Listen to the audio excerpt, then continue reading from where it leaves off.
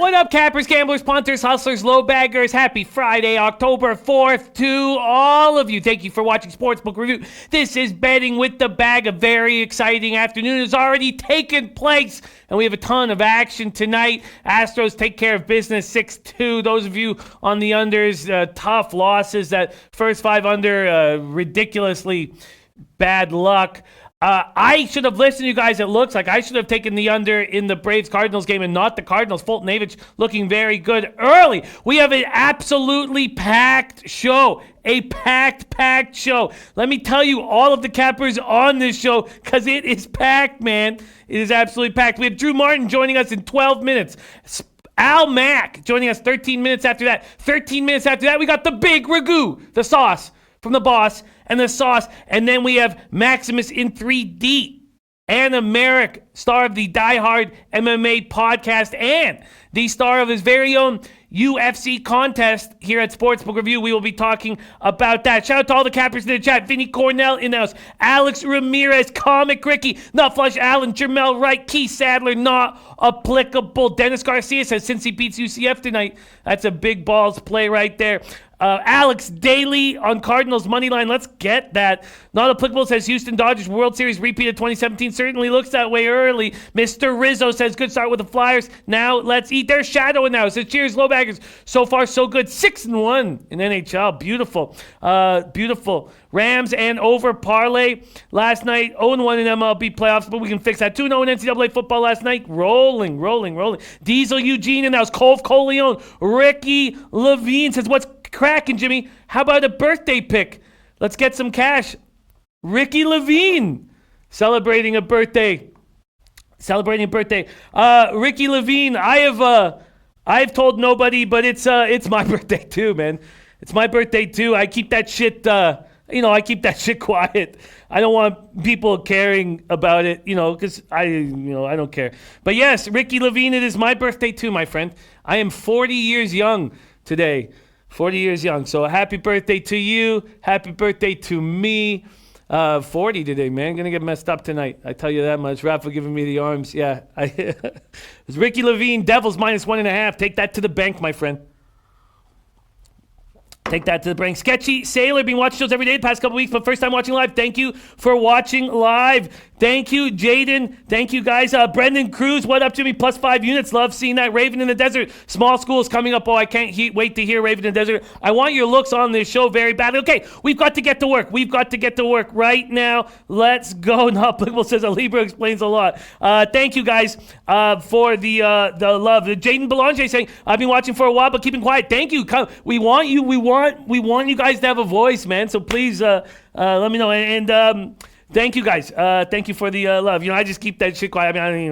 But if it's Ricky Levine's birthday, I'll let him know we share the same birthday. And today is that very day. Okay, let's get to work right now. We have a lot of work to do. Those of you who are on the Flyers, congratulations. Congrats-a-lacka.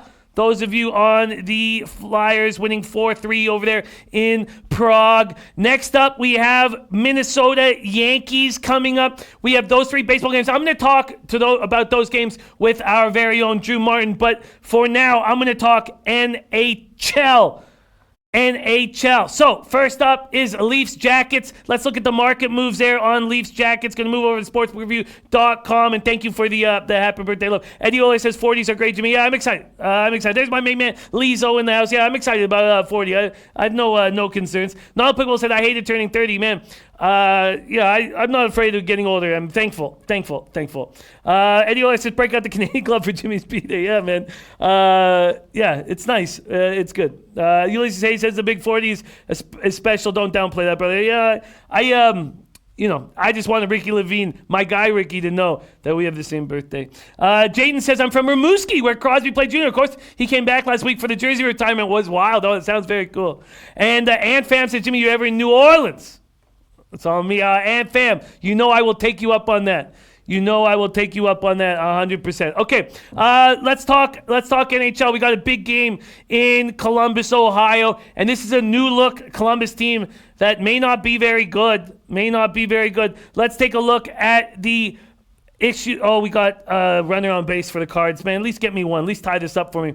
Let's take a look. The Leafs open up at minus 142. They're now at minus 151. This was originally juiced to the under 6.5, and that made sense to me. It's now juiced to the over 6.5. I guess you want to be, Dustin H says Viagra will now offer you a 40% discount. Interesting, Dustin H. I did not know that. I've actually never done Viagra, but I've taken a nibble off of a Cialis pill from time to time. Let's not get into that. Triple K Marine says, get that Costa Rican birthday chicken in. Okay. And NFM says, Niners play in New Orleans this week. Yeah, I'd love to hit that. Top Set says, I'm going to smoke $40 worth of kush during this whole show. I respect that very much. Okay, I like that. Okay. Ulysses Hayes on Toronto Maple Leafs money line. It's early in the season, and we've got a lot to learn about these teams. Thank you, Rod Zawacki. We've got a lot to learn about these teams, and I do not want to take a road favorite here, and the Jackets have so much to prove. It's going to be sold out in Columbus, so I'm off this game. I did look into Alexander Texier. I did look into him, and I was interested in what I learned about him. He's going to be jumping on that first line with Atkinson and Pierre-Luc Dubois. And NHL Parlay Bagger, so far so good. Chicago game over, free money. Great job. Wally George says, good start to betting all Blackhawks games overs, Jimmy. I'm going to keep an eye on it. For sure. I'm off this Leafs-Jackets game. It would be Jackets or no play, and I'm not going to do that either. And Comic Reed just sent me a birthday video. Thank you. Mally leaning Jackets plus 1.5. I get it, but we should not turn dogs into favorites. We should not turn dogs into favorites. Brendan Cruz says, really love the Devils at home. I'm all over that, Brendan Cruz. I am also on the Devils minus 1.5. Let's get into that game right now, and let's take a look at market movement here in this Devils game. Open at minus 136, now at minus 140. This total was juiced to the under. It's now juiced to the over, and we know that's going to happen in all Winnipeg Jets games. Let's take a look at the total right now that we are dealing with here. Let's look at the point spread that we are dealing with, and the point spread minus 1.5. If I took it right now, still that plus 185 hanging it. It's the exact same number. Nothing has changed. You can get the plus 185 at 5 times. You can get the plus 170 at Bet365. Nothing has changed with the Devils at all. Ulysses Hayes says Crawford looked flat. Well, if he looks too flat, he's not going to be in that crease for much longer. Very, very soon we will see Lehner patrolling that crease. Ron Loftus has been watching poker cheat investigations all day. It sounds like a good thing to do. Ulysses says, I like the Devils, but one thing that bothers me is Schneider. Look, Schneider's had 2 horrible years full of injuries, and if I'm going to hit my futures with the Devils, it's probably going to be Mackenzie Blackwood taking the lead in net. But at this point, let's not worry about Schneider. He's a character guy. He's a leader. Ulysses Hayes says Schneider's a bum. I've seen Schneider be an elite goaltender in the NHL. What is he, 33 now? There's 33. He's still capable of stepping up. Topset says, what am I tailing? The Devils? Yes. You should tell the New Jersey Devils minus 1.5. Yes. I think it's the best look on this card. Then we have Capitals, Islanders. These are 2 teams that we are used to taking unders with. But with Ilya Samsonov and Thomas Greiss between the pipes, either side, I don't see how. We need more information. We just need to gather more information at this point. Let's see. Dustin H says, question about pulling goalies as it seems to affect things a lot near the end. Are there teams that pull quicker than others and some that never do? Do you ever factor that in? There are no teams that never do. And there are certain coaches that pull them a little earlier. But there's no teams that never do. You need that extra man when you're down by a goal late in the game. It's simple. So all teams do it. Eddie Oler says Kessler made the moves on Schneider's fiance in Vancouver. I've actually had drinks with Schneider and the woman in question that you speak of. And there was a lot of, I don't know anything about that situation. Like, I would never talk about that stuff, but Kessler was despised by a lot of people. And my friend was a waiter at the Keg, and the Kessler family came in. I think I've told the story before. No one said a word to each other. My wife didn't say a word to Kessler. There was no word spoken at all through the whole meal. He was not liked. Ulysses Hayes says, I look at the Devils with I like the Devils with talent. They have to keep pressure off of Schneider. I think they can. Ulysses Hayes in the house. Great NHL capper. Love capping with you, Ulysses. Hey, great capper in everything, but I love working in NHL with you. So we have Samsonov. Our first look at Ilya Samsonov, a very highly thought of prospect coming up. Let's see what the deal is here with Samsonov. Oh, sorry, I got the point spreads on. Let's go to money lines and totals here with Ilya Samsonov. and these Capitals. Islanders opened up at minus 127. There's been an 11-cent move towards the Capitals. This total has moved from the over being slightly juiced to the under being slightly juiced. I would generally take the under, but I'm not going to make a move until we learn more about Samsonov. And I don't trust Greiss. I don't trust Greiss at all. Thank you, greatest ever. No, Rem Most. I did not. No, I did not. TJ Parks liking the Sharks money line. We did. Big Sky, the fishing fool. Thank you very much. You're very kind. Sketchy Sailor saying the new Devils team might need the time to gel, staying away first 10 games or so. Sketchy Sailor, that makes sense too. But when I hear Jack Hughes talk about having no nerves in the first game of his NHL career, man, I get goosebumps. This guy's spectacular. Absolutely spectacular. Eddie earlier talking about the Jeff Brown, Kirk McLean one. That's a very famous one. Remo says the AHL numbers last year were not impressive. They weren't impressive at all. I have those numbers here right now. 2016-1, 2.7 no goals against average, 898 save percentage, 37 games with the Hershey Bears of the AHL. Dustin H says, if Riverboat Ron, Coach Hockey, he would pull his goalie in the second. I love it. Okay. Not a playable says, Canucks always hump teammates' wives. Yes, we do. Okay, let's keep rolling along right now. Thank you, Fong, for the birthday message. Thank you. I kept it under wraps for the first show, but I had to tell Ricky. I would have kept it under wraps this whole show as well, but I had to tell Ricky that it is my birthday too, and we will both cash on the Devils minus 1.5. Okay, Capitals Islanders in the books. Now let's talk Knights Sharks. Okay, so I guess I should have been following Erik Karlsson's Twitter feed to know what was going on, but his wife had a baby, and they have had a real trouble in that regard, and they've been trying to have a baby for a long time. And some of the messages from Hoffman's wife were really hurtful to Karlsson's wife, and that was one of the reasons why Hoffman was booted out of Ottawa. And so we have Erik Karlsson and his wife who've been trying to have a baby for years, finally have a baby. So I expect him to have a spectacular season this year. I really, really do. This is something that him and his wife have wanted for years and years and years, and it's sort of like a miracle type situation that they were able to finally have one after miscarriages and stuff like that. So I have Erik Karlsson in my hockey pool, and I got him at a point where I didn't want him, and it was like a rush mistake. But knowing that that's why he left the team and he's already back, I think it's a very good sign for the Sharks moving forward. And those of you that are on the Sharks tonight, I'm not going to be one of them. But I could understand why you are. Let's take a look at the Sharks here. Vegas opens up at minus 126 and now minus 115, an 11-cent move towards the San Jose Sharks. I don't like them without Evander Kane in the lineup. They need toughness. Day Junior Smile says, who do you think is the LeBron of the NHL? It's got to be Crosby, and I only say that because LeBron, the NBA is very lucky to have LeBron. You know, he's got a family, he's with his wife. He generally stays out of the clubs. Now, LeBron's different now that he's gone to LA, and we'll see how that changes him. So there's no one really like him. But the NHL is very lucky to have Crosby. Very, very, very lucky. And the NBA is very lucky to have LeBron. Thank you, Lamont. Thank you, guys, for the love, man. It means a lot. Jermel Wright has Varlamov in goal for the Islanders. Wow, let's see that. Let's get that up right now. That would be very exciting if that is the situation, that they're picking Varlamov over Greiss, which is something I would agree with, but I'd be shocked that they're doing it. Let's see right now.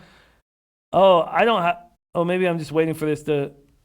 I don't have that yet. Let me see. I'm waiting for this to refresh. All right, here we go. Waiting for this to refresh. I'd be very surprised that Trotzy would make that move over Greiss. You know, I'd be shocked. So I'm waiting for that to refresh. It's going very slowly. Thank you very much, Viper. Very kind of you. Eddie Euler says, I thought 8 years was ridiculous for Karlsson. Reminds me of the Longo contract. Yeah, it's ridiculous. There's Jaden, who had Crosby come back to Rimouski. Yeah, we're all very lucky. And RotoWire says it. Wow. Okay, let me see if this is finally refreshed. Okay, RotoWire says it because I don't have it on dailyfaceoff.com. I'll go to RotoWire. Why don't we, Fat Fist MMA says Matthews is the future. No, he's not the future. I don't even know how good he is. Man, is he a top 5 player in the NHL? I mean, Can you compare Matthews to McDavid? Because I don't think you can do that yet. There's Guillermo in the house. Thank you for joining us. TJ Parks, even money on the Sharks. Wow. And Fatfish says Bobby Orr, best hockey player of all time, in my opinion. I mean, best defenseman of all time. But, those of you that didn't watch Gretzky dominate this league, I mean, he just completely dominated. Then we had to change rules. We had to change everything because of Wayne Gretzky. So, thank you, Douglas Robinson. Okay, let's bring in our first guest. We have a packed show. Our first guest, Drew Martin, coming to us live from Las Vegas, Nevada. The only NHL game I'm on is the Devils -1.5. Keeping it crispy, keeping it clean, not making a lot of moves, keeping it tight. Want to start out the year strong, unlike what I've done the last 2 years. So that's what I'm on. All right. Please welcome to the show, live from Las Vegas, Nevada, my guy and yours, Drew Martin in the house. Drew, how you doing, man? Jimmy the Bag, my good friend. I'm doing good, man. Need to find some winners for this weekend's card, but enjoying Las Vegas overall, enjoying the low bag community out there. So what's up to everybody? And Jimmy, let's find some winners on this college football card, bro. We need to find some winners on this college football card. I went 1-1 yesterday, so I'm 46-46, but still down about just under 4 units. Drew Martin, my guy. First thing I need to talk to you, though, about is these two MLB games. We have Yankees, Twinkies, and we have Strasburg, Kershaw, Nats, Dodgers. Let's start with Twinkies, Yankees. Open at 8.5, still at 8.5. I know it's cold and the wind's coming in, and I guess that's the reason for that.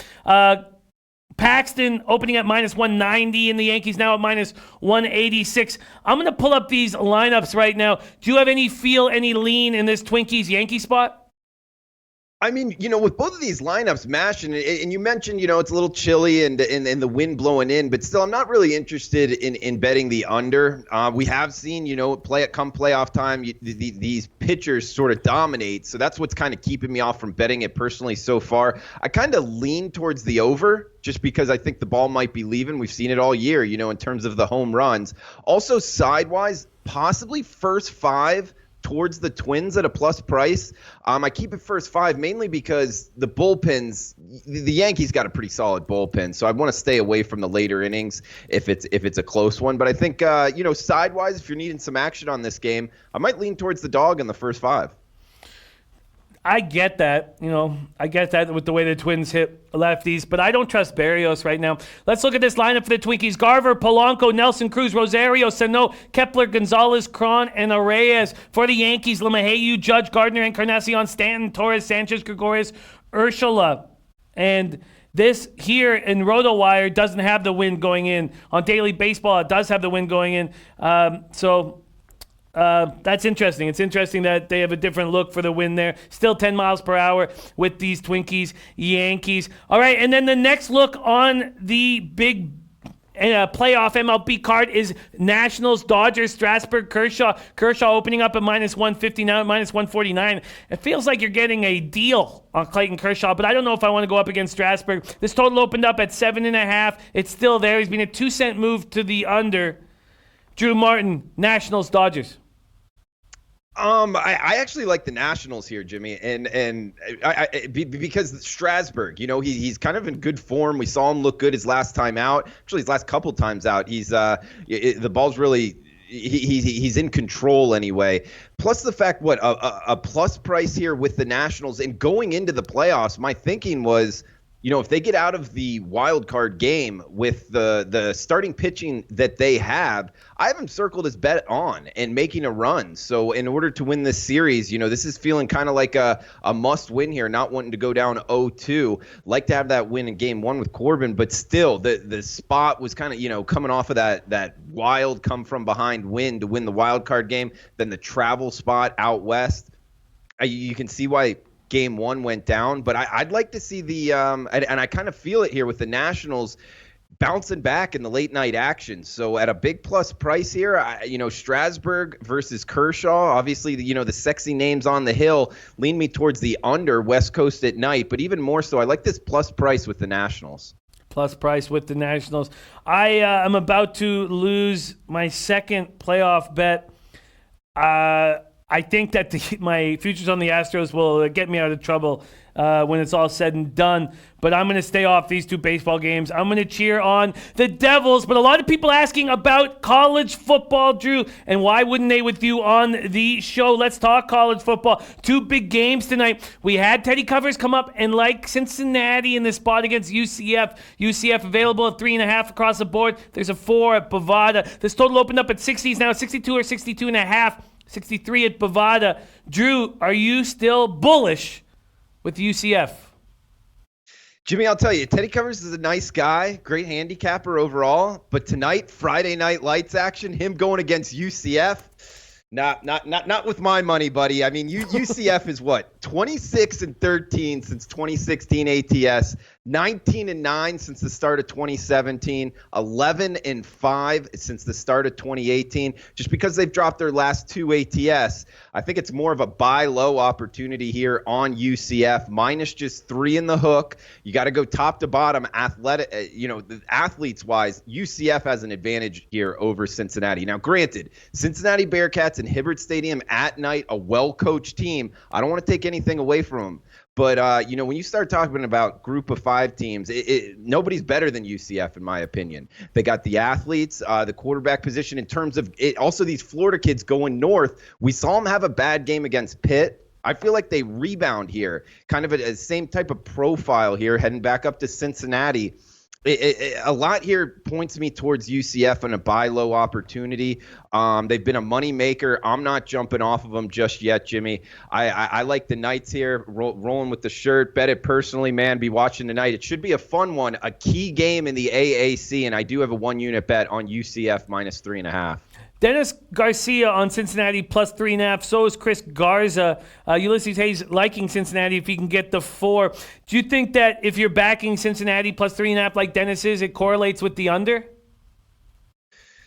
Yeah, I would say so. I think it correlates Cincinnati and under, UCF and over. Let's face it. If UCF is getting after the quarterback, rattling him a little bit, Gabriel and Mac, if you read the press clippings, they both will play. Also, Wimbush, kind of a hybrid back. They're looking to move him to kind of wide receiver, possibly look for some trick plays here. And keep in mind, both of these two teams know it. They're in the same side of the conference here. This is the biggest game for both of these two teams in terms of winning the conference, most likely. So watch out for trick plays as well. I wouldn't be surprised to see both UCF and Cincinnati kind of holding back in previous games, saving plays for this game. That's what makes me think, UCF and the over would be worth a look here. Of course, I don't like parlaying too much, although if it's correlated enough, I haven't bet on the over, but I could see UCF and the over being correlated. Cincinnati, look, I know there's a lot of people in the chat box on Cincinnati, a lot of disagreement here, a lot of opinion overall in this marketplace, Jimmy. It's going to be a fun one, a lot of tickets written. I think you can make arguments for both sides. It's just UCF, I'll take athletes all day long, plus the fact I wouldn't give too much of an advantage to Cincinnati at the quarterback position or coaching. They are at home catching points, but I just kind of feel like it's a little bit of a public dog here. Very, very, very exciting, this UCF-Cincinnati game. Drew, I've made the executive decision not to bet San Jose State tonight. I took them at 7. It's gone down to 6.5. It's 6 at Bet Online, 6 at UWager, and I'm concerned. So I am not betting San Jose State. I gave it out on Monday and was like lukewarm, and then I've decided not to bet it. New Mexico, San Jose State, total open at 6.5, now 68 across, actually 68.5 now on the board. And as I said, 6.5 or 6s. Are you making the move on New Mexico, San Jose State? Yeah, I bet San Jose State. I bet them at 7. I bet them at 6.5. I just added a little bit at -6 here at Bet Online. I see what you're saying, man. More so, on the books that cater towards a little bit bigger money. I do watch where the line moves, and it has moved against me. A lot of times that isn't right. Not always, though, especially with smaller conference college football where I've spent a lot of time. I see what people are looking at here. It's tough to lay points with San Jose State. That's what I think is the market is reading here, that yes, San Jose State likely should win, but laying a full touchdown, they're not agreeing. That's why we see Chris at 6.5. That's why we see Pinnacle at 6.5. Look, I get it. But the fact is, it's Bob Davie coach team. He's on his last leg here in Albuquerque. They've just gone from the East Coast playing Liberty, that's just in the state of Virginia. Now they're going back home, now back on the West Coast playing San Jose State on a short week. Not a lot of practice time here for a team, New Mexico, that it's not like they have a lot of funding here to, travel in style, things of that nature. So going up against the San Jose State team, third year of the new coach's administration, I just think a lot points towards the San Jose State side. I've had it circled for quite some time, actually before the season started, and different spots to be fading New Mexico. So I'm not going to let a half a point move stop me. I'm still keeping my bet on San Jose State. I respect it. And we have a question here. Drinking a hand coffee there. Okay. We have a question here from the chat. So from my guy Eddie Euler, whom we care about dearly, says, thanks, Jimmy. UAB at 9.5. What do you think? Rice, UAB, rotation number 359, 360. UAB opening up at -10, now -9.5. What do you think about this spot? I like the Blazers. A lot of people were against the Blazers, thinking last year was just kind of an outlier. I wasn't on that camp. I was looking to bet on them more so. In terms of this situation against Rice, we've seen Rice. This is an improved Rice Owls team. The administration comes in, I believe hires an assistant from the Stanford, two smart schools. So how Stanford kind of built their football program, you could kind of see that happening with Rice. Good recruiting grounds there, but a little bit tougher to get top athletes into a school like Rice. I think both of these two teams go at it. I think UAB wins in terms of the game. I'm just not sure I want to lay 9.5 to a Rice team that plays pretty dang good defense, Jimmy. So I could see UAB having a little bit more struggles offensively, although their quarterback Johnson, he can really throw it, man. I'm not looking to bet against UAB until further notice, likely all season long. They're a one-way bet for me. It's just I'm not really interested in laying points to Rice, so I'll probably just be watching from the sidelines. David Hutton leaning UAB, but close. And our guy Joe Ncaa live at Yankee Stadium saying there's not much wind. Not much wind.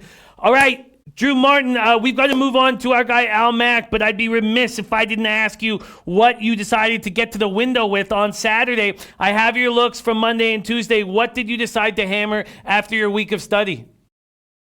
Absolutely, man. Tulane, the Green Wave, -2.5 at Army. I think, Willie Fritz, he's a guy that's the head coach for Tulane, came from Georgia Southern. He's been coaching the triple option for over 20 years, got extra time to prepare for this Army option. I think Tulane comes in very ready, very prepped for this triple option. And of course, their defensive line gets after it. They kind of stood their own with teams like Auburn even. And seeing this 42.5, -2.5, I'm on the Tulane Green Wave on the road. I know Army's a tough place to play, but I did lay a very short number with Tulane. Lean towards the under here. Auburn versus Florida. Actually bet at 48.5. I think Florida really struggles offensively. Plus the fact it's Bo Nix. A lot of people like him, mainstream media, but still, he looked pretty shaky there at Texas A&M. Also pretty shaky against Oregon. So both of the games he's played outside of Jordan-Hare Stadium, I don't think he's looked that good. I think he struggles in the swamp. So I think that game stays under 48.5 in the marquee Auburn versus Florida game. And Memphis, Louisiana, Monroe, I like the over. UMass, FIU, I like FIU minus a big number here, -26. I know we're up against it time-wise, Jimmy, but those are just some of the looks I'm on. I'm feverishly writing. It's okay if you want to just roll through a couple more, but I like this very, very much. Memphis over. There was Memphis over and ULM over. Well, yeah, they're playing each other. So Memphis, ULM over 63. I think both offenses will have a heyday, and both defenses a little bit lackluster there. So just watch the weather also, and that's another thing. Watch the weather overall as we turn to October here, especially in the South. Especially on Saturday mornings, a lot can change in the weather, especially in the state of Florida. Notre Dame, if you're into laying big prices, maybe look towards that Notre Dame 46.5. Bowling Green, one of the worst 10 teams in all of college football. So in Division I anyway. So I would look to lay it with the Irish if you're if you're looking to go to the craps table and play in one of those big games in terms of a minus 46 price tag. So yeah, those are just some of the looks, man. Thank you so much, Drew, for sharing it with us. Have an incredible weekend in Las Vegas. Drew, where can we find you on Twitter, and tell us a little bit about the Closing Line show tomorrow morning? Absolutely.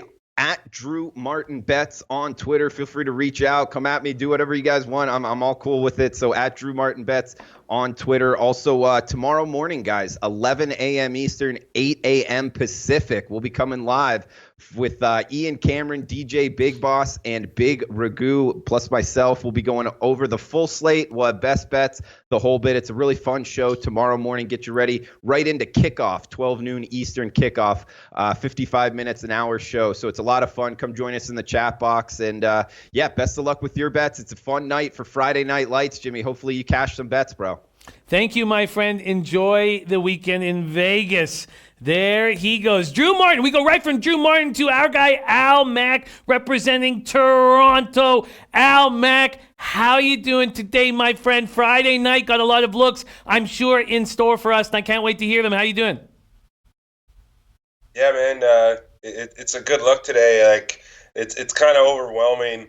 You know, I was up all night last night capping. I slept through these baseball games. It's probably for the best, so I'm going to be off MLB today. But I got some looks in NHL, college, CFL, and NFL. And I even got a boxing pick, actually, if you want to go over it really quickly. I do want to go over all of that. Let me pull up your action from October 2nd when you joined us. We talked CFL, we talked NFL. CFL, you were on the Ticats, the Stampeders, and the Argos. Has anything changed? The only thing that changed is these lines have all moved against me. And just because I was trying to be conservative, on Wednesday, I didn't get to the window on Hamilton, and it's one of those plays where like I said, my power rating says to bet Edmonton, but I can't do it. The play here for me is a heavy, 4% play on the first half. Last time that Hamilton played Edmonton 2 weeks ago, they boat raced them at home, and I think they went up 24-0 in the first half. So I love Hamilton first half. I think it sits at minus 3.5 right now. I'm going to make that bet as soon as I'm off this, and it's going to be big. Nice. I love hearing that. Yeah, you're right. You like the Stamps. Do you have any fear in Bo Levi Mitchell going into Montreal, which is historically, he's never won there, I believe. Historically, a spot where he gets he loses. And now he's coming in as a 3-point road favorite. Do you have any concern with how the Alouettes just seem to eat up, Bo? No, what I think is happening here is Calgary is trying to play this season slow. You can see with how conservative they've been with Bo Levi Mitchell, and now they're in a spot where this is a must-win game for them. They're in a 3-way tie now in the West with 18 points. So I think this is going to be a home run spot. I've been wrong before with this freaking Alouettes team. One of my worst losses in CFL betting history was a 10-unit loss betting against Montreal last year. But this line shouldn't be 2.5, man. It should be at least in that Vegas zone of 5 or 5.5. You're getting a lot of value here. I think Calgary comes on top. Well, those are, and you're still liking Argos in BC plus the 9. Oh yeah, and that's one of those plays where I think money's going to come in on both sides. I don't think a lot of people are going to be paying attention to this game, but you look at that number, and that number is way, way off. At best, I have BC 7 points better than Toronto, and that's on a neutral field. That's at home. So, I mean, with this 8.5, it's definitely inflated. Toronto has looked good with Franklin. What I think about Toronto is that they need to start just playing both guys and doing the switching quarterbacks back and forth, because it's a good mix. McLeod, Bethel Thompson, and Franklin. I think if you go back and forth, it's a better look. I think if they do that, they've had a pretty decent run of offensive. They showed up. They've had a good ATS run. So I think this line is way off. I like it. Tycat stamps Nargos from our Al Mac. By the way, I have a very close, a good buddy, a close pal who's certain Riley's shaving points, and his part of his depression is that he's running with the mob and he's shaving points. So let's move on to NFL. You gave us the Bears, Rams, and Saints on Wednesday. Has anything changed, and are there any additions? No, nothing has changed. For some reason, I see this -3 now. Seems to be the +3 on the Tampa side seems to be taking money. I see -3 at 365 is at +100, and I don't know what's going to happen there, man. Like I don't see that. If this moves to 2.5, I'm going to be on the Saints huge, because that half point is worth a lot, and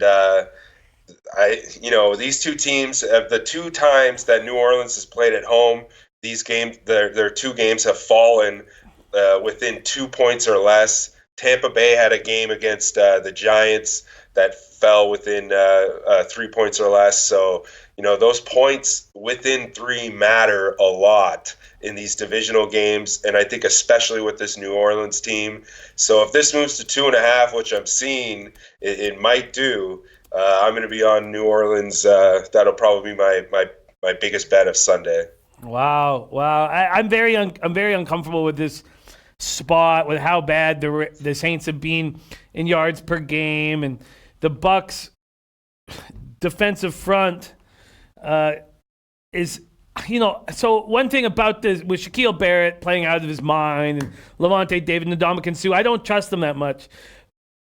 Still, and then we have the Saints 20th against the run, but now they have Rankins back, and that changed everything.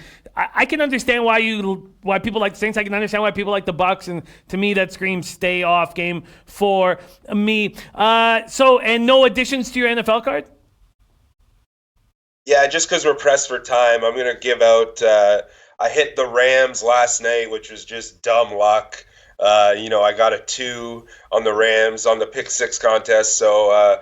Just quickly, my other 3 additions to my pick 6 are the Jets. I don't think the Jets are, even with a backup quarterback in, I don't think the Jets are 14 points or 17 points worse than what they're saying that Philadelphia is better than them. I don't think that's true. I'm going to be on the Jets. I like the Steelers big time. If that moves to 3.5, which I think it's going to, or I think it has already, I'm going to be on 3.5, pretty large. And then I like the Colts. Based on how the Chiefs' defense has looked, if the Lions are able to come within 4 points and almost consistently lead that game, I think the Colts, with even with Marlon Mack, if they have a healthy T.Y. Hilton, I think the Colts can cover this 10.5. The Colts and the Steelers scream a beautiful 6-point teaser between both those teams. The Colts game makes me uncomfortable. Whale Capper is on the under in that Colts spot. I am on the Steelers +3.5. Right now, my only actual plays are the Steelers +3.5 and the under 47 in the Packers game. But after the Audible show, I have angles that I will be pouncing on very, very soon. Al Mac, you said you had some college football looks as well. What are those? I just have I was listening to Drew. I agree with him. I really like UCF tonight. But the problem with me is I think that it's going to be close. I don't like this 3.5. But I think what this spot might be is you might see a good spot to get a good money line price. My buy price is like -130 on UCF.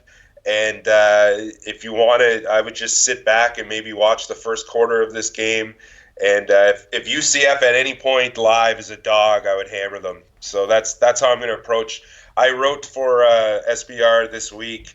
I have UCF in a couple parlays and a couple looks like that. But I don't think UCF loses this game. So they're going to be an anchor for me for the weekend. All right, interesting stuff. CFL, NFL, a tiny bit of NCAA football for our Al Mac, backing UCF, rolling with Drew Martin. And you also said that you had a boxing look for us. Hit us with that.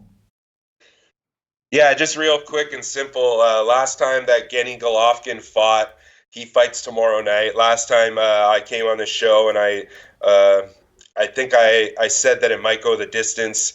I made a play on go the distance, and I was just incredibly wrong.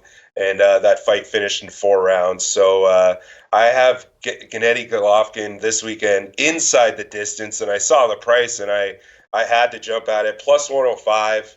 I know Andreas Hale made that same play. He wrote for SBR this week, and I saw that just skimming through on Twitter, and I love that play.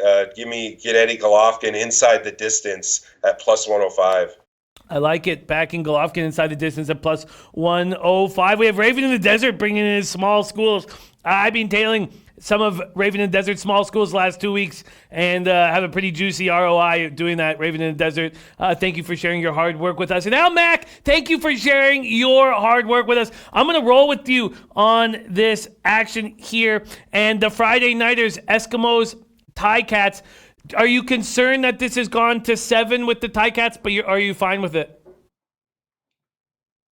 I'm not concerned because I'm probably not going to play that 7. I might have some Hamilton-Montreal parlay action, but my real play here is going to be that first half. I didn't look. I think it's at 3.5.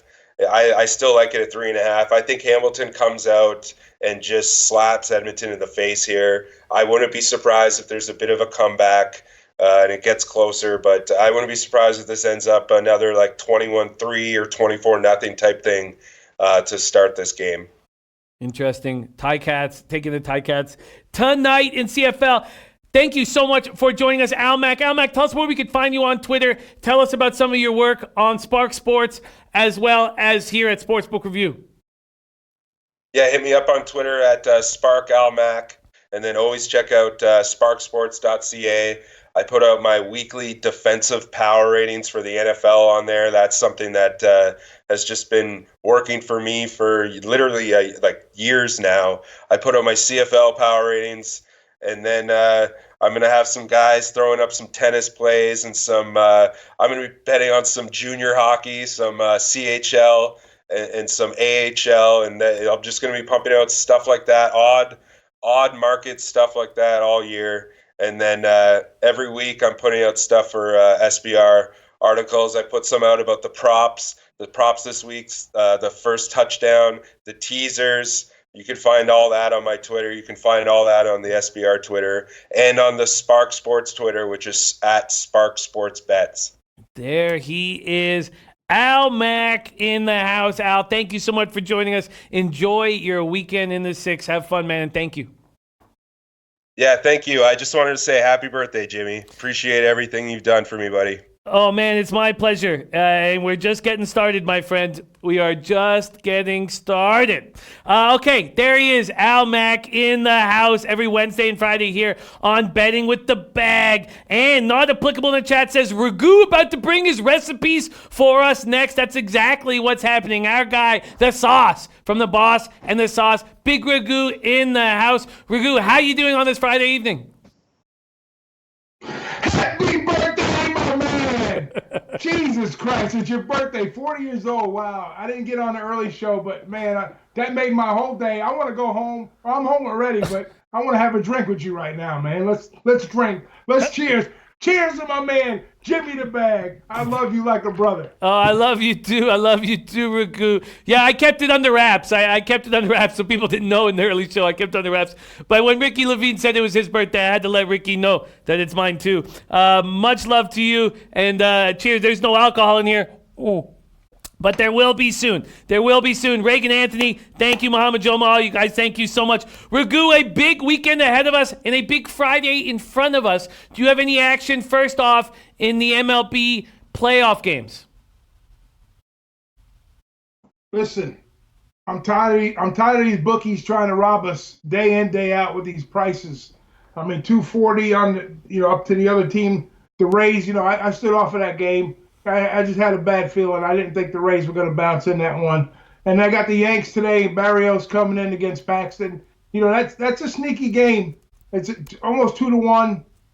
I like the Yankees in the game to win the game. I think Barrios has their struggles in Yankee Stadium against the Yanks. I don't feel like laying $2 there because they are a dangerous team. They hit a lot of long balls.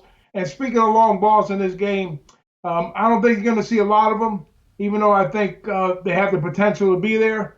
And I'm going to shock a lot of people in this game. I'm going to say this game stays under the 8.5 total in this game. The Yankees probably win this game somewhere in the neighborhood like 5-2, 6-2. I don't think they get 9 runs here. I think it stays under the total. Under the total, because our guy Elio liking the over, and Mama Joma saying great price on Twins. Trotway saying I was thinking Twins.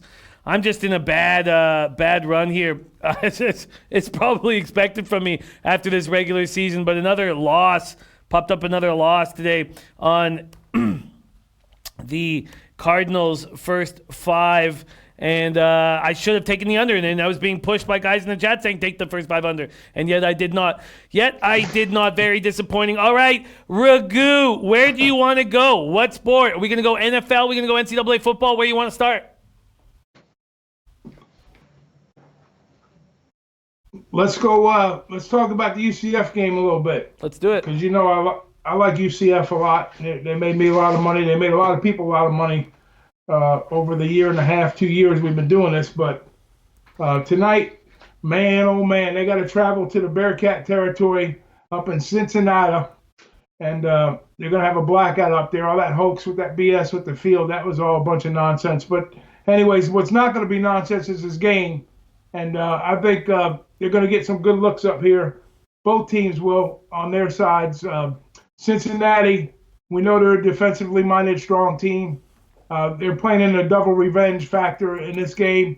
And, I'm not saying I'm tiptoeing around with UCF, with their looks to get in and get out. But this game, I think this game here has all the makings. I know when the line jumps up to 4, the Sharps get back in on it and bounces back to 3.5. We get some small back for UCF. And the line, I think it's like almost even money, minus 3.5. So it's got the look of, it's got the smell of a Cincinnati Bearcat cover in a close game. I think this game is going to be a lot closer than people think. I think the game's going to be a lot lower scoring than people think. So I'm going to lean towards the under, and I'm going to back the Bearcats plus the 3.5, 4 points here. Ooh, Raghu coming in on the Bearcats. Ulysses Hayes says Cincinnati should cover. Wow, that's exciting. Look, we've talked about that game quite a bit this week. I have some interest in the under, but I'm just going to sit back and watch. There we go. There's some Friday night action from our big Raghu. What is next, my friend, on this NCAA football card that you're looking at? I'm going to go to a game that I never thought I'd look at. But I'm looking at Ball State and Northern Illinois, a quiet, little sleepy type quiet game here up in Illinois. Now both teams are 1-3, and both teams have come off of a real slow start. I'm going to say that Ball State probably played the little bit lighter schedule. At the same time, Northern Illinois, they've always been that MAC action squad also that a lot of people like to back as an underdog most of the time. Here they're in the favorite mode, and the market has moved against them also in this spot. I think they're opened at 6.5 down to 5.5, maybe 5 some places.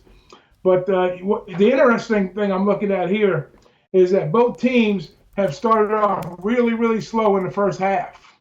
So, and the total is pretty up there. It's like it's been moving up actually from 53 to 55.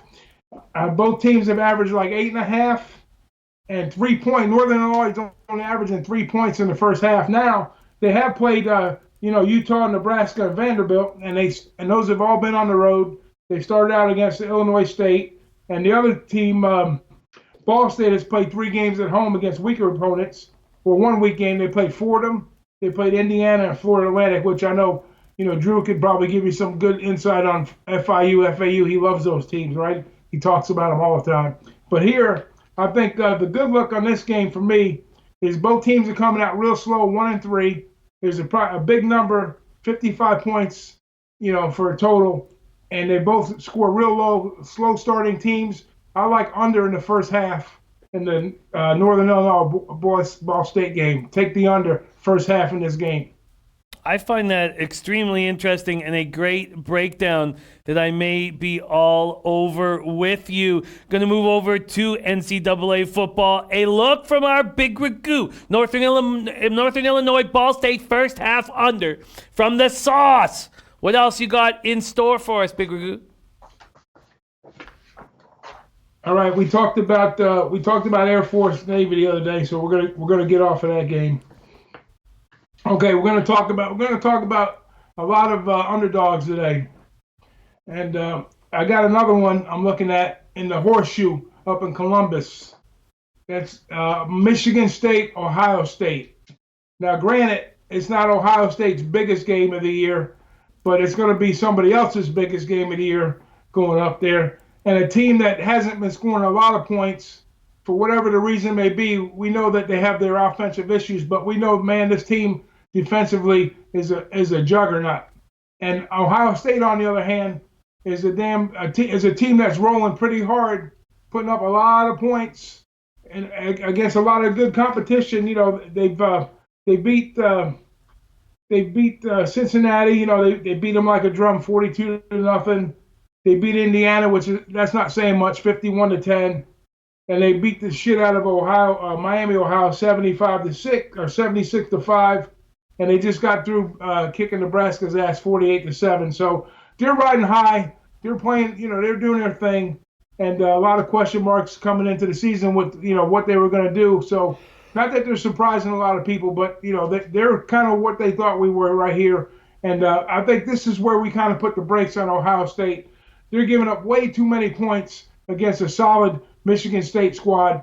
Now, they do have their offensive struggles on the offensive side of the ball, but I think this is the type of game where it's going to be more like in the trenches versus what's going to be happening downfield. I think Michigan State can hold them down here a little bit. I think 3 touchdowns is too many points. I'm going to roll with Michigan State plus 20.5 points. Michigan State. Hopefully we get to 21. That'll be an even better look.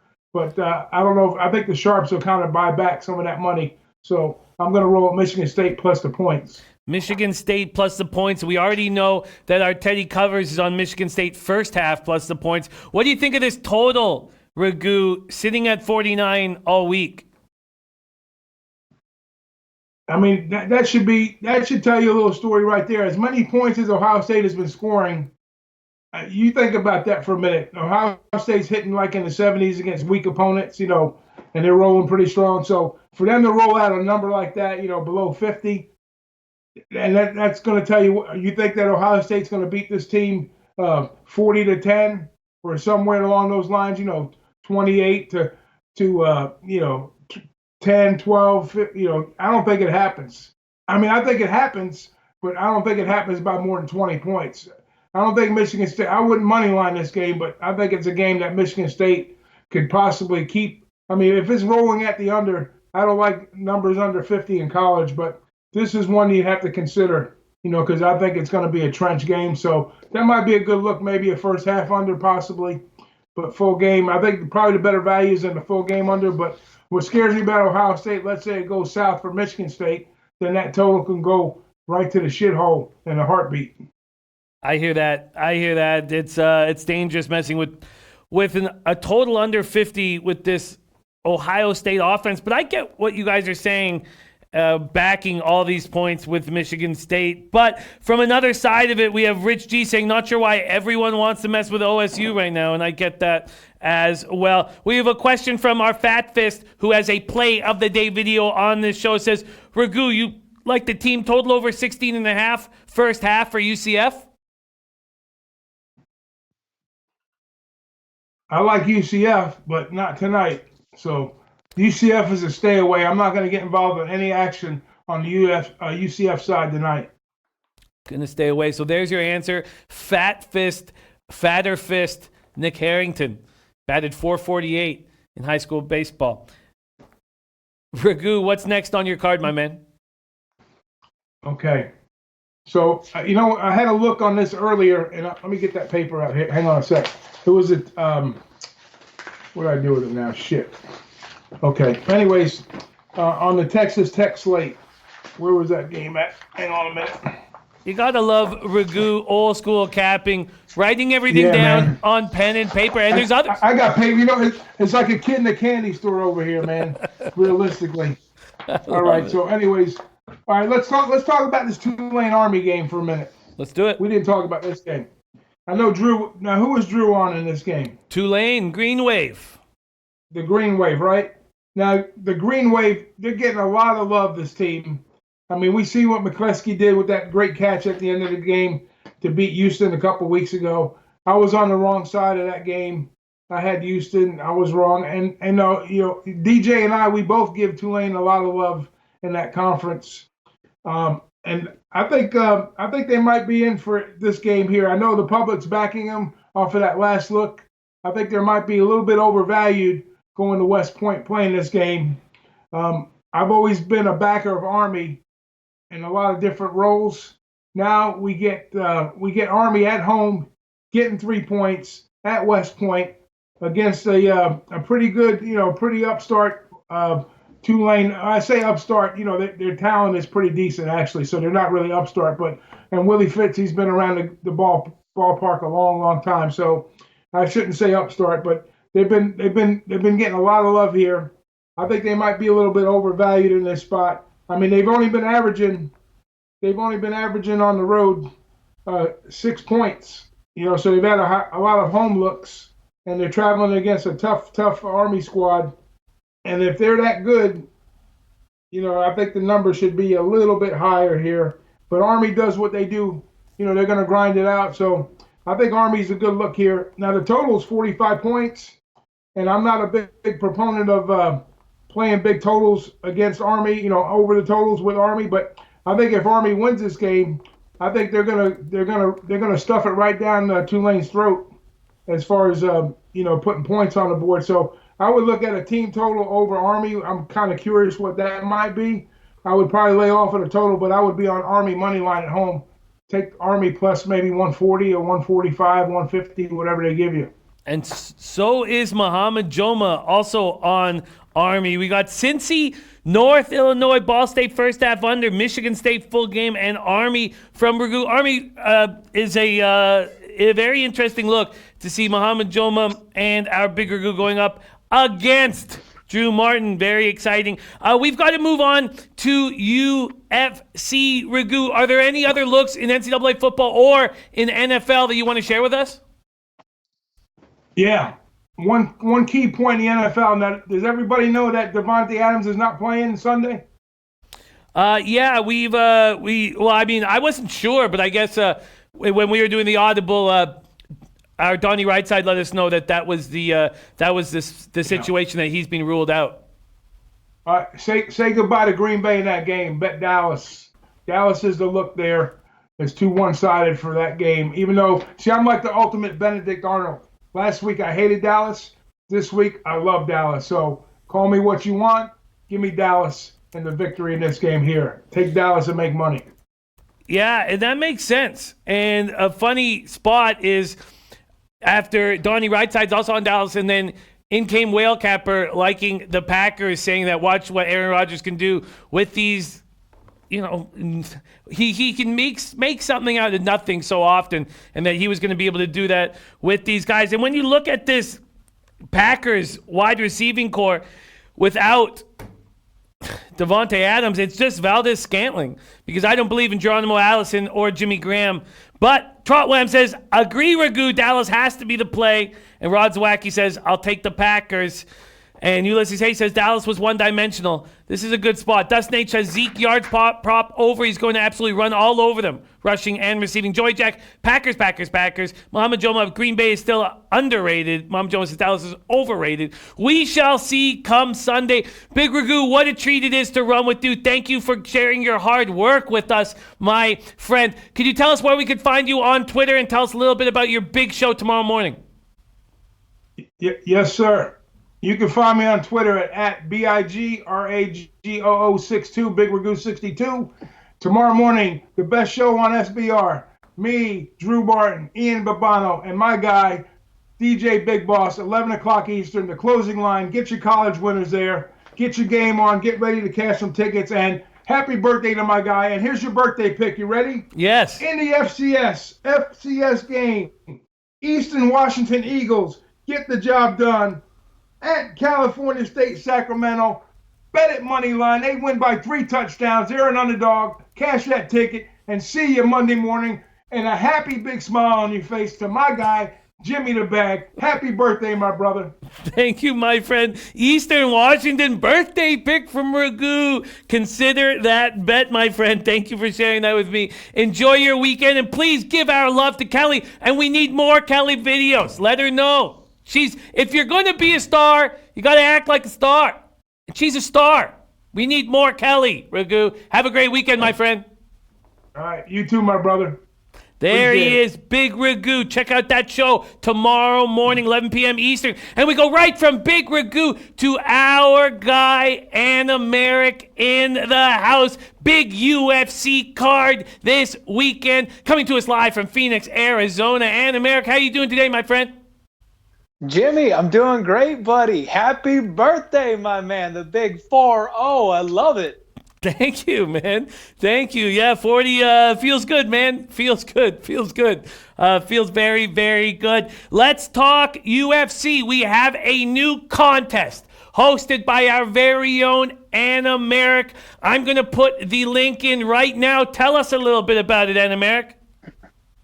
Jimmy, they misspelled the title of this contest. It is not supposed to be Lords of the Cage. It is Lord of the Cage. This is my house. This is my dojo. I am the Lord of the Cage. If you can outpick me for the next 4 weeks in a row in MMA, you win cash prizes. It's as simple as that. Hop on the SBR forums, post your picks from the available fights we give every single weekend, and you gotta get by me. I am the champion. Don't tap out. Don't tap out. There it is. I'm going to pull up this right now, this spot for us. I'm going to pull it out and put the link up right now. Let's get it. Here we go. Big contest. We're going to see who really can deliver the goods. This is on the SBR forum. So it's not on the contest page. It is on the SBR forum. That's not it. Sorry, I got the wrong one there. I'm going to pull it out right now. First, while I'm grabbing this, please set the scene for, here we go, Lords of the Cage here on the forum. Going to copy and paste that. Here we go. And here, you guys, if you want to get in the contest, hit this link. Free to enter. $300 up for grabs. $50 each week, and $100 to the overall winner, plus 200 bet points if you're in each week and you beat our very own Animarak. Please set the scene for us, my friend. Where are we this weekend? We are headed to Melbourne, Australia for the biggest fight that part of the country has ever seen. Melbourne is known for having they're actually the fox capital of the world. They've got the most foxes on the planet over there. They've got the largest stained glass building there, and they actually were, until just recently, very well known for their public bathing, which we all know is just a terrible idea. The ratio is like 15-1 fat old dudes to actual women that they all show up there trying to see. I love it.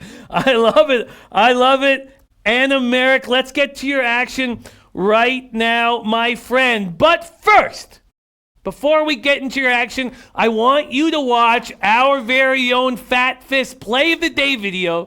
And I'd like you to tell us what you think of his Play of the Day video. Rafa, could you pop it up one time for us? Here we go, our very own Fat Fist. What's up, Jimmy? What's up, low baggers? What's up, fight fans? Fat Fist is back, ready to attack UFC 243 and Macy Chiasson's coach. Your girl had a 6.5-inch reach advantage, and you told her to clinch with a Muay Thai striker. What were you thinking? You should be taken out to a deep sea fishing trip, and you know what it. She needs to find another camp and or fire that coach, because that man lost her that fight. But on to this week. We still cashed Gilbert Burns, and the first leg of that parlay, Jack Shore, he dominated, but that was a disappointment from Macy's corner. On to this week, though, we got Luke Jumo versus Diego Lima. Luke, he is the hometown boy. He will have the crowd behind him for sure. He just beat Dachai Abe by unanimous decision, and he looked great doing it. He looked solid. It has been a year and a half since his fight with Ncaa. He was supposed to fight in December against Jeff Neal, but he got a slight injury during the camp and had to pull last minute. But he's healed up well, and he's been camping ever since, so he has been inactive, and I've heard great things about him. So Diego Lima, though, on the other hand, he's got a 4-inch reach advantage. In his last fight against Court McGee, he looked all right, but he just squeaked by that one with a split decision against a journeyman Court McGee, and that's what he is, a journeyman, let's face it. So I think these odds should be flip-flopped. I think Luke should be the favorite at minus 135, and Lima, the dog, at plus 133. So I'm going to jump on that plus 133 dog at Sportsbet International, Luke Jumo, all day. Next up, we got the main event, that dude right there, Bobby Knuckles, a.k.a. Robert Whittaker. First, we got the Style Bender, Israel Adesanya. What a matchup we got, boys. This one is definitely the best matchup of 2019 so far, and it probably is going to stay that way. And it's probably going to be candidate for fight of the year. If it goes the way I think it's going to go. Now, Bobby Knuckles, I'll start with actually Izzy. He might be one of the most pure strikers in the middleweight division. He definitely is the best kickboxer in my opinion. But this is an MMA fight. Bobby Knuckles, I feel like if he could just implement his wrestling that he has elite wrestling. That's his background. He hasn't had to use it in his last 2 fights against Yoel Romero. He just had to use his wrestling takedown defense, not his offense. I believe if he wears on Izzy a bit, I believe he can get him finished in the later rounds and or win by decision, especially in his hometown. If Yoel Romero can't knock Whittaker out in 2 fights, and he hit him with everything in the kitchen sink in those 2 fights, I don't think Izzy can either. So that being said, I'm on Whittaker. I'm on him and BetDSI at minus 104. I do believe he retains the belt, and still Bobby Knuckles, champion of the 185 middleweight division, baby. Let's get it done. Till next time, if you guys want to reach out to me, Mr. Fat Fist on Twitter, Mr. Fat Fist on Instagram, no period there, just MRFATFIST, and I'll down and chop it up with y'all. Till next time, low baggers, Fat Fist is out. There he is, Mr. Fat Fist in the house. So, I don't want to talk about Bobby Knuckles' fight until we get to that spot. Let's start with his look on. So we'll wait on that because we know that that's a big fight of the night, and I know you're on it. What do you think of his look with Luke Juno? So the Luke Jumo spot is interesting to me, Jimmy, because I actually didn't have a play on this fight until about 20 minutes ago. Luke Jumo has looked pretty solid, well-rounded. But he's not, I struggle to find whether or not he's UFC caliber. He's on the lower end of the tier list, in my opinion. Diego Lima on the other side of this thing is going to have a massive size advantage. He's going to be the bigger fighter. He's going to have the reach advantage. And he is a fluid technical striker. If you're going to stand and bang with this guy, you're probably in trouble. His whole weakness is the ground game. The reason he has struggled in the UFC is because you can't be pure one of anything. You've got to be able to mix it up. And he had no ground game. He's shown leaps and bounds of improvements in his last couple of fights. And his fight with Court McGee, he squeaked by because he was making Court McGee stand with him. And Court is a well-known grappler. Unless Luke Jumo comes out here and pulls some wrestling out of his back pocket that I don't know that he has, I am all over Diego Lima here. The money has been pouring in on Luke Jumo. Diego Lima opened a minus 230 favorite, and he's down to minus 135. And that's where this guy got him.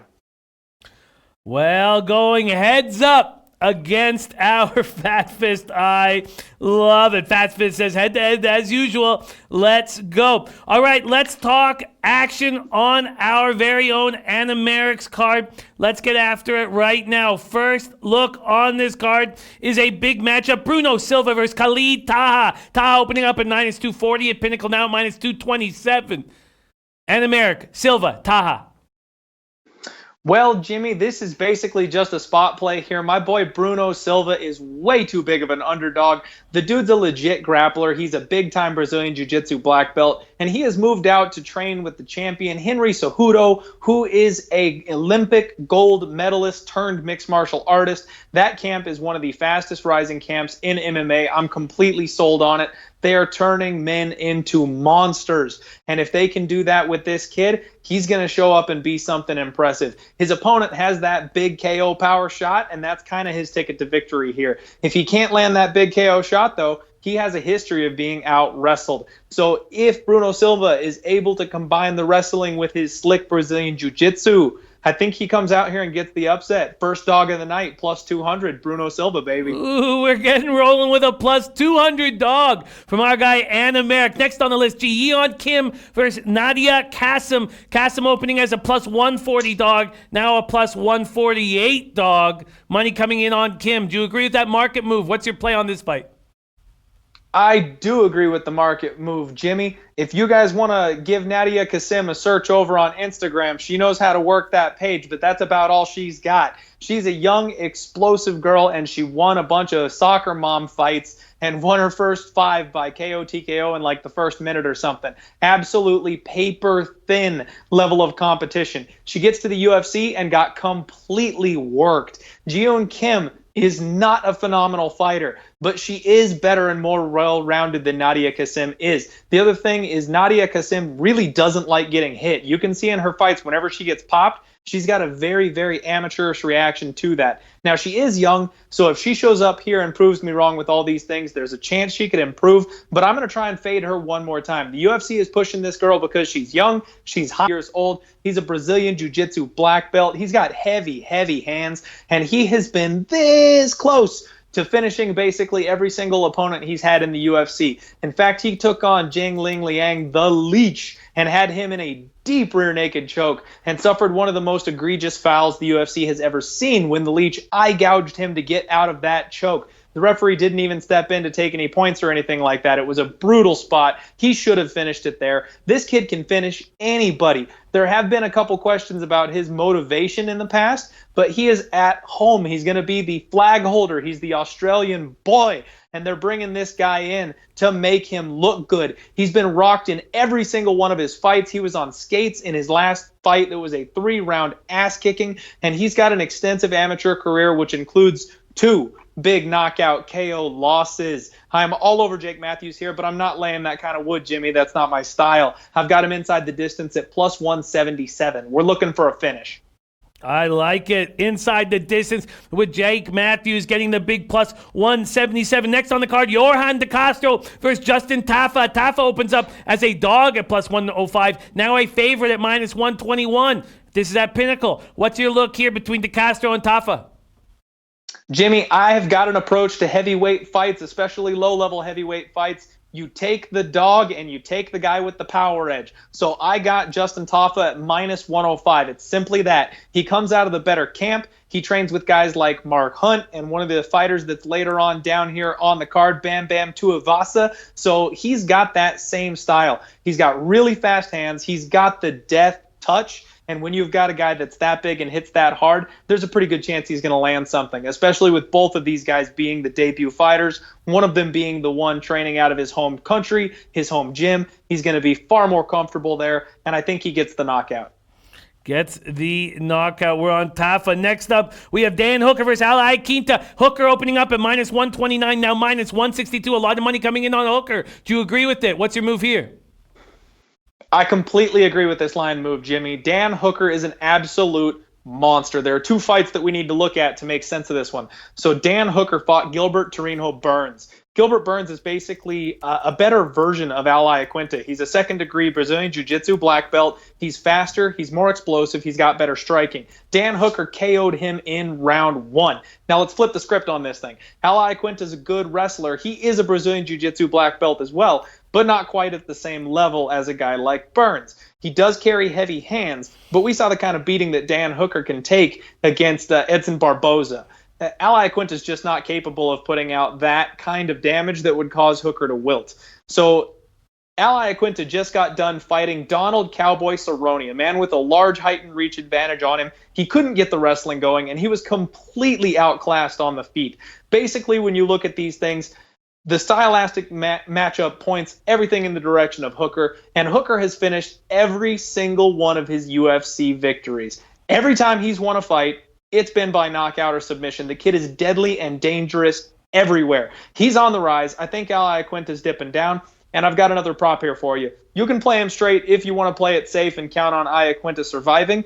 But since Iaquinta's so hard to finish, we've got a big juicy line on Hooker inside the distance. Plus 260. And that's my look on it. Because if Dan Hooker can finish guys like Gilbert Burns, who have never been knocked out in the UFC before, and it only takes him one round to get it done, I think he can do the same thing here. Wow, I like it. Hooker inside the distance at plus 260. Next up is the big fight. We've already heard Fat Fist on Bobby Knuckles. Are you with Fat Fist on this, or will you be going head-to-head with him? Jimmy, I love my guy Fat Fist. I can't believe we're going head-to-head on 2 straight fights this week. What is up with that? I am all over the last style bender, Israel Adesanya. So let me tweak that just a little bit here. This is one of those fights that you can argue pros and cons of these 2 fighters for probably about an hour and a half long on just this one fight. You could absolutely justify either side of this thing. Robert Whittaker is the champion, and he's gone through 2 absolute wars with Yoel Romero. He has proven his place at the top of the division. On the flip side of this, Israel Adesanya is an incredible striker with a massive kickboxing pedigree that is now 17-0 in MMA, and he's wrecked his way through the UFC on his way to the top. So this is a very intriguing matchup. In my opinion, Whittaker does not go to that wrestling that he possesses enough in the cage. He likes a war. He likes to get in there and strike. That's all he's ever done since he started fighting. So I don't know that he's necessarily going to pull that out in this fight. And even if he does, Israel Adesanya is no slouch on the mat. I don't think that Whittaker will be able to hold him down as long as he needs to for 5 rounds. And keep in mind, this is a 5-round fight. That's 25 full minutes of action. I think Izzy is the more technical striker. He's going to have the height and reach advantage, so I think he's going to be able to slip and avoid the power shots that Whittaker comes at him with. And I'm going to lean on the durability of Robert Whittaker. I do agree with Fat Fist. If Yoel Romero could not finish Whittaker, I don't think that Israel necessarily is going to be able to either. And that's why the best value on this fight is Israel Adesanya by decision at plus 325. And that's my look on the fight. Wow, there's another big plus spot. We have been given 6 looks from our Animarak, and one's a plus 200, one's a plus 177, one's a plus 260, one's a plus 325. That's how this guy does it. You've also added a city kickboxing parlay. Tell us about that. Jimmy, I like to play on the swing set, baby. I don't mind those big swings. I didn't get here to this point by taking, little shots at close favorite lines, things like that. I swing with the big boys. I take those big dog lines for better or for worse, and I just got to pick my good spots. So what we're going to do here is City Kickboxing is the gym of the headliner and Dan Hooker. So Israel Adesanya and Dan Hooker both train out of City Kickboxing.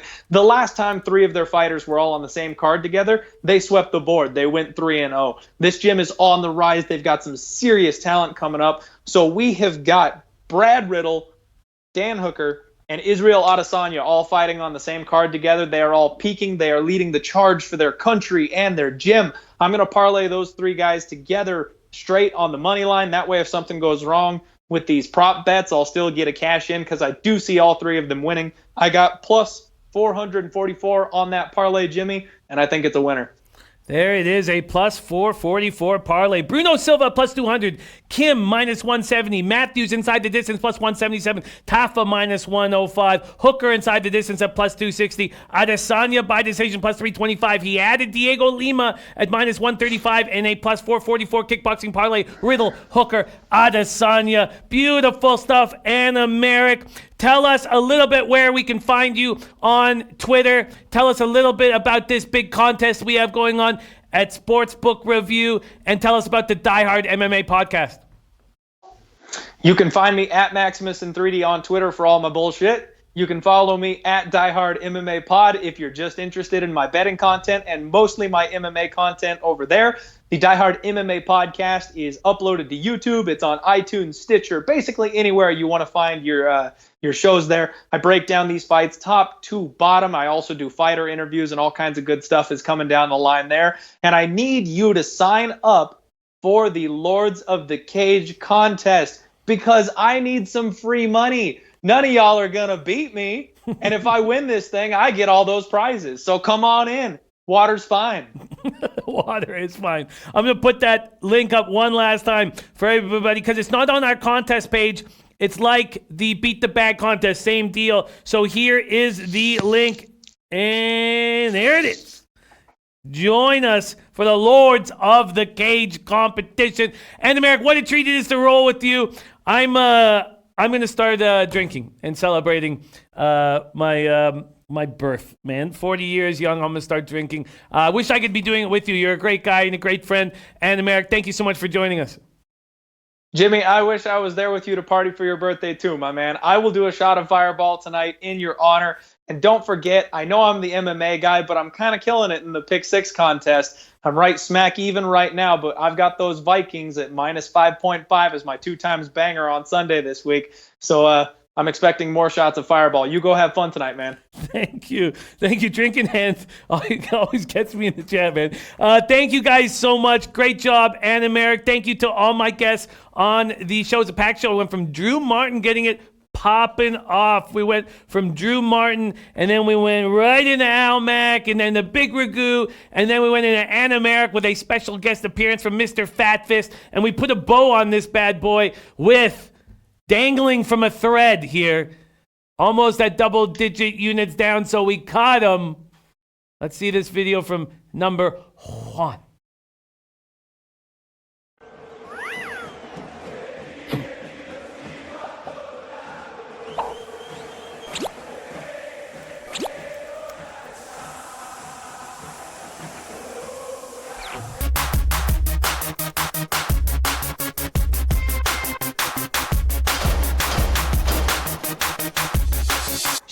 Jimmy's saying that will cut me off if I get minus 10 units. Who are you? You're no one. You're just another obstacle in my path. You are an insect. But I'm not here to talk about you. I'm here to talk about me, and only me, baby, and my pick for this weekend. This is a winner, boys. This is a true winner. So let's do this. My pick is Barcelona versus Sevilla. Barcelona -1 Asian handicap at -105. Why Barcelona -1? Because they played against Inter a few days ago and they were fantastic. They won in the second halftime. They had a great game with Messi, with Suarez, and guess what? Ansu Fati, the wonder boy, the new golden kid, is back in town. He's gonna play again against Sevilla. Sevilla has been inconsistent, to say the least. They won against Real Sociedad in a fantastic game, but really hard. They had a hard time. And they lost against Eibar. So they're not the best bunch. So I'm expecting to Barcelona -1 at -105. Oh, no. So even if he loses this, he's going to be minus 9.98. Oh, no. So he's got one more show at least until we got him. Much love to you guys for all the very, very kind birthday messages. Means so much to me. I'm only on the Devils -1.5 this evening. It's my only action. And I'm not going to bet NHL Saturday, Sunday. I'm going to watch games and study. So I'll only have 4 bets in this week. We've started out quite nice, and I expect to keep that rolling. But I really want to watch how much I bet early in the year. Let's have a giant weekend on the football field with the pigskin. Let's get after it. You guys, I truly have nothing without you guys. And I mean that. All you guys in the chat, you're the reason why I'm still here. And I thank you from the bottom of my heart. Let's have a giant weekend. Nutflush Jr. says the whole family wish you a happy birthday. Thank you, Nutflush Jr. Much love to you guys. I will see you again Monday morning. All love. Let's get after it.